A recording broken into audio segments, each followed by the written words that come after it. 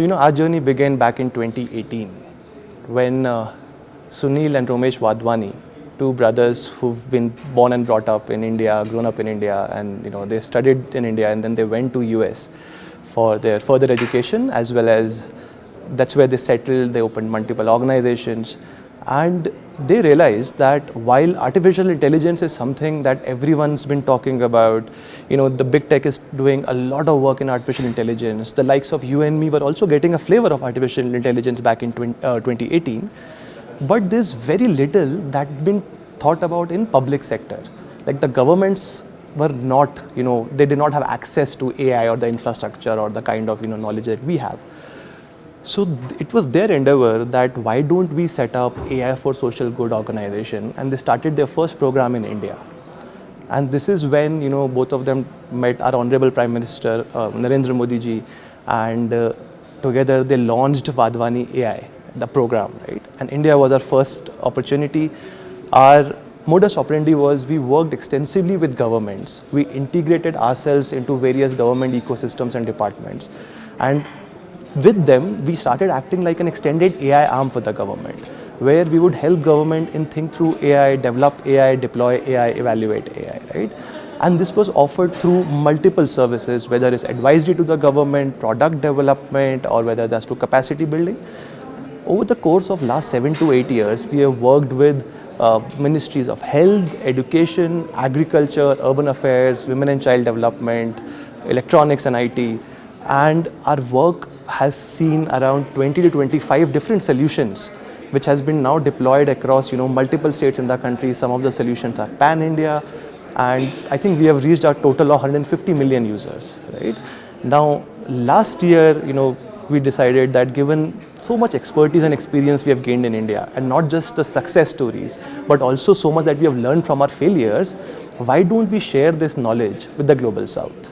And that's when Wadhwani AI Global program was born, where we started working with the African countries to start with. We visited Kenya, Rwanda, Ethiopia, Nigeria, Zanzibar, and we started understanding the local context. We started working with different governments. We started working with local partners, and started figuring out how can we somewhat replicate what we have done in India in terms of experience and expertise, right? And some of the problem statements, given they are the same, can we understand the local context, contextualize with local data, right? And then provide some very similar services across the Global South. So as we speak, that's what we've been doing. In fact, we will soon be signing an MOU with Ministry of ICT Rwanda to start, assisting them, be a part of their AI strategy, and that's what we're looking forward to. When we decided which countries we want to at least visit for exploratory studies, our understanding came from the fact that which countries seemed most progressive, where the IT infrastructure was comparatively better, which governments the intent we could see from a lot of initiatives they were taking, but all of this was secondary research, right? So basis our secondary research, we shortlisted a few countries and we started visiting those countries. But when we were in Rwanda, I was particularly overwhelmed with the pace at which government works. This was something completely new, right? My interactions with Ministry of ICT, Health, the UN agencies, it's been phenomenal, right? There's a notion about, how some of the LMIC's countries work in the Global North, but I was truly surprised by how quickly Rwanda is progressing, how well they are doing, how much they're already thinking about AI, so many programs already in place, and they already have a national AI strategy. I think that was super impressive, right? For an organization like ours to come into such an ecosystem makes our life so easier with such responsive government, and I think that's what we really appreciate, and we really wanted to work with Rwanda. So if we look over the last few years, majority of innovation around AI has happened in the Global North. The compute infrastructure, the big tech comes from Global North, right? Which means that a lot of solutions that are coming to the Global South are a very Western context, right? Very not the Global North context, right? So they might not work in this ecosystem as is. What it also does is it creates this risk of data sovereignty for all of us, where we might end up sharing a lot of data that could be, probably be, mishandled, and there are safety and privacy risks, right? Now, how do we create the same talent pool, the same technology, the same innovation, the same sort of applications for our population ourselves? And is there an opportunity for Global South to collaborate with each other while maintaining each other's sovereignty, but at the same time become partners in developing some of this work so that we can equally mutually benefit from all of this? And hence this dialogue of Global South and cooperation around AI is super critical at this junction. I think AI in general has a lot of potential, whether we're talking about in field of healthcare, education, agriculture. I can give you some examples from our work in India. In India, we've been using AI in healthcare as screening tools for tuberculosis. We've been using some predictive analysis to predict adverse outcomes, whether it's in tuberculosis or whether it's in maternity health. We have been using decision support systems using AI to help doctors come to differential diagnosis fairly quickly. We've been using AI to scroll through multiple millions of media articles that are then read by AI, shortlisted by AI to extract events of interest that could potentially point to certain pandemics, epidemics, etc. In education, we've been using artificial intelligence in school education, where we are working with school children and teachers to conduct assessment for their fluency levels, right? We've been using it to predict the risk of dropouts. We've been using it to help students improve their foundational learning and numeracy. In agriculture, we've been working with the government to help farmers with certain chatbots that can answer their queries in their local language, in their local context, without having to reach out to a fellow farmer or maybe other entities. We are helping farmers identify pests and diseases that their crops are infested with using simple images. So I think there's no dearth of use cases. I mean, I think there's a use case at every step you take within any ecosystem you talk about, right? I think it's more about how do you ensure some of these use cases, the way they are built, ensure that they are being built in a very responsible manner. They are being built with users taken into confidence.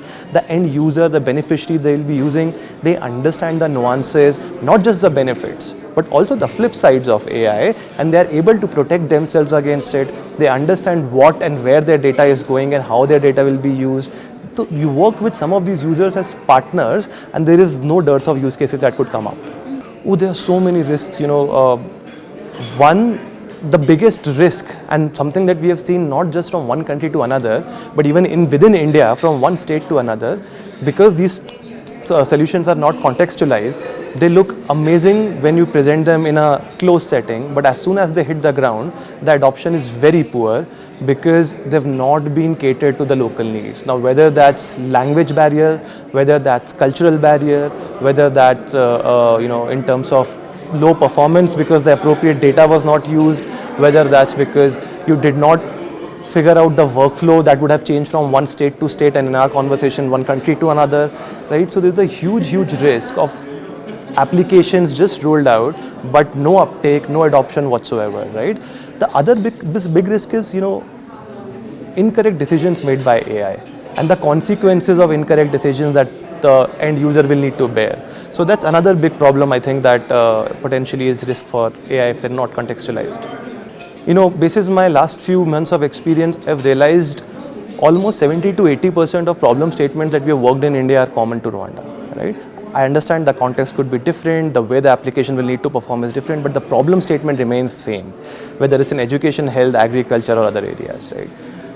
I see this as a big opportunity for us to be able to, one, create some of these solutions together, right, with shared understanding, shared knowledge, shared building blocks of technology. Then I also see this huge opportunity for us to jointly build capacity building programs, because that's one thing that while everyone has been trying to do, we are still struggling with. A lot of people who we build these applications still do not understand the concept of AI or in general how to even use these applications, right? So is there an opportunity for the both countries to build certain exchange programs, whether it's for decision makers, administrators, or at end beneficiary level, where some of these trainings could be jointly developed, delivered, disseminated, right? Similarly, I think compute is another big area of collaboration, because like we already know that majority of the compute lies in global north. In the past few years, India has been able to build a good infrastructure with respect to compute. I know Rwanda is moving towards its journey, but when we come together and try to build compute infrastructure, we obviously get that advantage of better negotiations if we are doing this together. So I think compute is something we should again have some sort of collaboration on. Yeah, I think responsible AI that could be trusted is like a two-edged sword, right? Where if you do not comply by it, if you're not very careful about it, you're looking at certain disasters in making. But at the same time, if you overdo it and you be cautious and then you start becoming very bureaucratic about it, you risk missing the bus, right? So the way we have approached this is have very clear framework, have very clear guidelines, have very clear protocols throughout the entire process of AI development, right from the conceptualization to development, data collection, annotation, testing, deployment, monitoring and evaluation. At each and every point, a very clear checklist that needs to be taken care of while you are building something, right? And I think the two countries can of course share a lot of their own understanding and experiences to continue improving on this checklist. And this framework, if deployed and followed, I think we will take at least the first big step in making sure that whatever we are building can be trusted and is in an ethical way. I think we are an impact first organization. So for us, success is number of people we have impacted. So our target across the global south by 2031 is 500 million people, right? Which already includes our work in India, but now global south. If that's what we are able to achieve, I think we'll consider being successful. Perseverance. I think we should just continue doing what we are doing, right? Collaborate with as many partners as you can. Learn where they have failed and where they have succeeded. Contextualize it to your own needs, wants, challenges, settings. And I think that's a good way for any country to progress with their AI journey. I mean, I could have given a longer answer, but that could be like a simple one line.